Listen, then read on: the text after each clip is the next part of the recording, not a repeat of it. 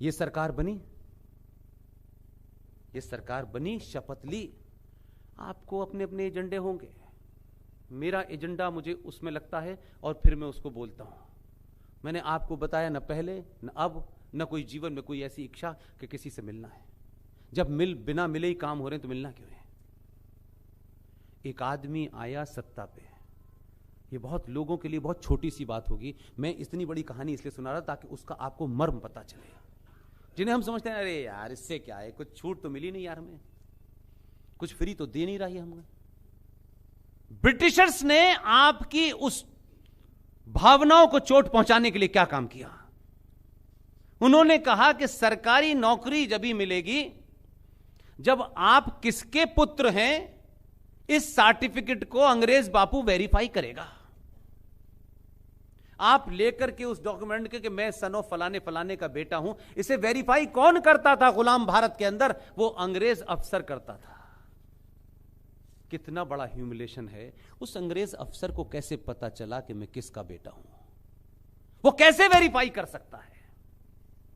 उसके वेरीफाई करने से आपका डॉक्यूमेंट अटेस्टेड कहलाएगा। फिर चले गए, फिर नेहरू आ गए।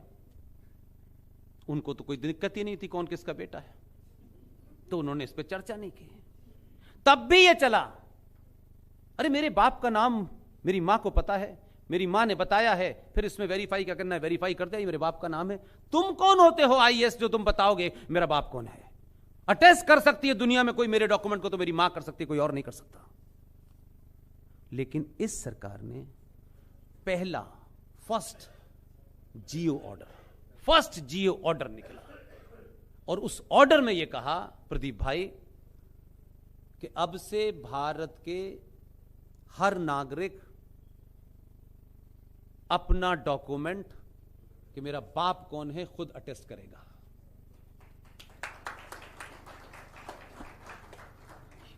युद्ध कहां है?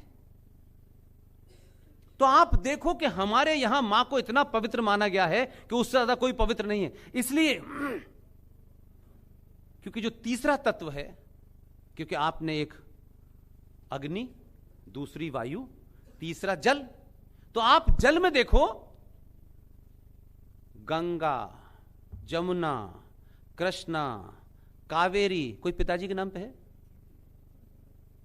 उस गंगा को गंगा मां, कृष्णा मां, कावेरी मां का भाव इसलिए जोड़ा कि आप जितनी पवित्र अपनी मां को रखते हैं उतनी ही गंगा को रखना, क्योंकि इसका पानी ही जीवन है और कुछ नहीं था भाव। और फिर पुरानी पीढ़ी यहां बैठी होगी, आपके यहां तो बहुत सारे संस्कार बचे हैं। आज भी बहुत सारे लोग, अब ये डुप्लेक्स उपलेक्स का चक्कर हो गया। उस जमाने लोग सुबह जब उठते थे चारपाई से तो जमीन पे पैर नहीं रखते थे, पैर रखने से पहले उस पृथ्वी को माथे पे लगाते थे, क्योंकि वही आपको जीवन जीने के लिए पांचों तत्वों को इस तरीके से प्रेजेंट किया गया। इसके अलावा सनातन नहीं है। यही पांच तत्व हैं, यही सनातन है। इसलिए हम अनादि हैं, अंत हैं। लेकिन जब आपको 1400 साल वाले ये कहते हैं कि हम ये हैं, तो मुझे लगता है कि 1400 साल वाले का जीवन 24 घंटे का है। वो जुगनू सनातन को चैलेंज कर रहा है और आप उसको जवाब दे रहे हैं कि वो 2 कौड़ी के किसी निधि फिदी ने कुछ कहा दिया, मैं सनातन को समाप्त कर दूंगा। सनातन को जो समाप्त करने की बात कहता है वो अपनी मां की हत्या की बात करता है। सनातन को क्या समाप्त करोगे यार? सूरज को किसी और डायरेक्शन में निकालोगे? आपके तो नरेटिव कमाल के हैं। कहां पैदा हुए थे वो? मक्का में हैं? धोने को पानी नहीं था और कह रहे हैं वहां से मुगलई बिरयानी है। चावल पानी में पैदा होता है, धोने को नहीं था मुंह ऊपर नीचे दोनों तरफ, लेकिन कह रहे हैं कि हम मुगली बिरयानी है, ये वहां से आई है। हमारा हरा रंग है। अरे तरस गए हरा रंग देखने के लिए, तुम रेगिस्तान में कह रहे हो हमारा हरा रंग है। सब नरेटिव पे चल रहे हैं आप चैलेंज ही नहीं करना चाहते। उस क्या क्या ज्ञान देते हैं। रमजान जो है वो मोहब्बत का, भाईचारे का, सैक्रिफाइस का फेस्टिवल। एग्री कर रहे हैं हम। 16 अगस्त 1946 को भी रमजान था जब मुस्लिम लीग के लीडर हुसैन शहीद सोहरावर्दी ने डायरेक्ट एक्शन की कॉल देकर के 10,000 हिंदू महिलाओं की और पुरुषों की हत्या की थी और लाशें सड़कों पे पड़ी हुई थी। तब पिताजी नहीं गए थे। जब एक महान योद्धा जिसको हम नहीं जानना चाहते, उसका नाम हम क्यों लें? क्योंकि उसके सामने शर्मा वर्मा सिंह नहीं लिखा है। ऐसी कौमें जिंदा नहीं रहती। गोपाल मुखर्जी से दुनिया गोपाल पाठा के नाम से जानती है। उसने हथियार उठाया और तबीयत से मारा तो पिताजी पहुंच गए। पिताजी पहुंच गए कि नहीं, हथियार डाल दो। उसने कहा हथियार नहीं डालूंगा।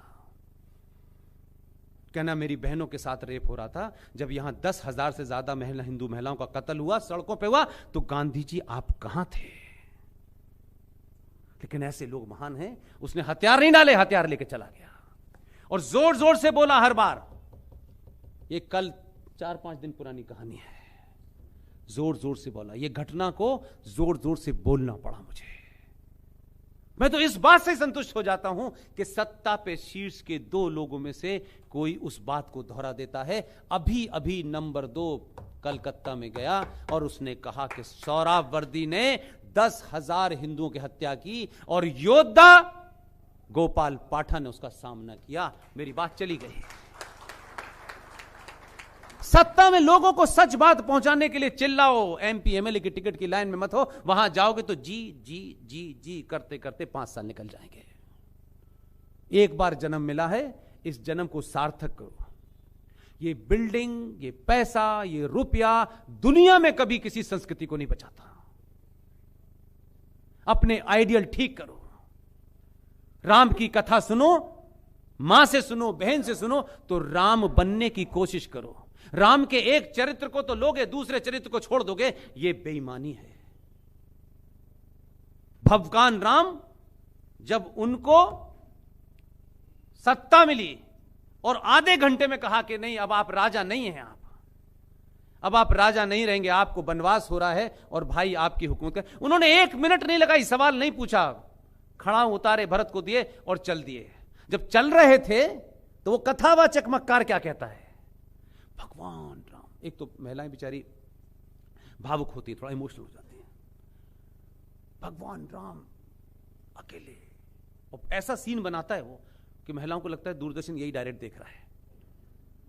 और वो एक कपड़ा तन पे, अबे तो पैंट शर्ट पहन के जाते क्या वो, और पहने ही ऐसे जाते थे कपड़े। एक तन पे कपड़ा, धनुष बाण, धनुष बाण को भी ऐसे डाइल्यूट करके उसने बताया, धनुष बाण लिए हुए जंगल में जा रहे थे। भगवान राम के पैर में छाले, मां सीता की आंखों में आंसू। क्या लाइव टेलीकास्ट है यार।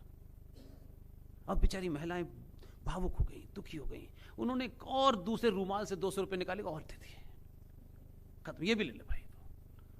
वो ये नहीं बता रहा है कथावाचक कि भगवान राम को जब वनवास हुआ तो भगवान राम ने अपने तन के ऊपर 50 कपड़े नहीं पहने, एक कपड़ा पहना और अपने कंधे पर धनुष्वाण लिया। और यह धनुष्वाण चिड़िया का शिकार करने के लिए लिया था।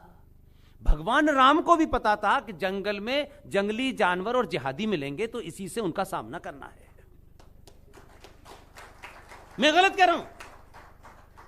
वही भगवान राम जो आदर्श के पराकाष्ठा में थे, भगवान राम गए उस समुद्र से 3 दिन तक उन्होंने विनती की कि भाई रास्ता दे दे।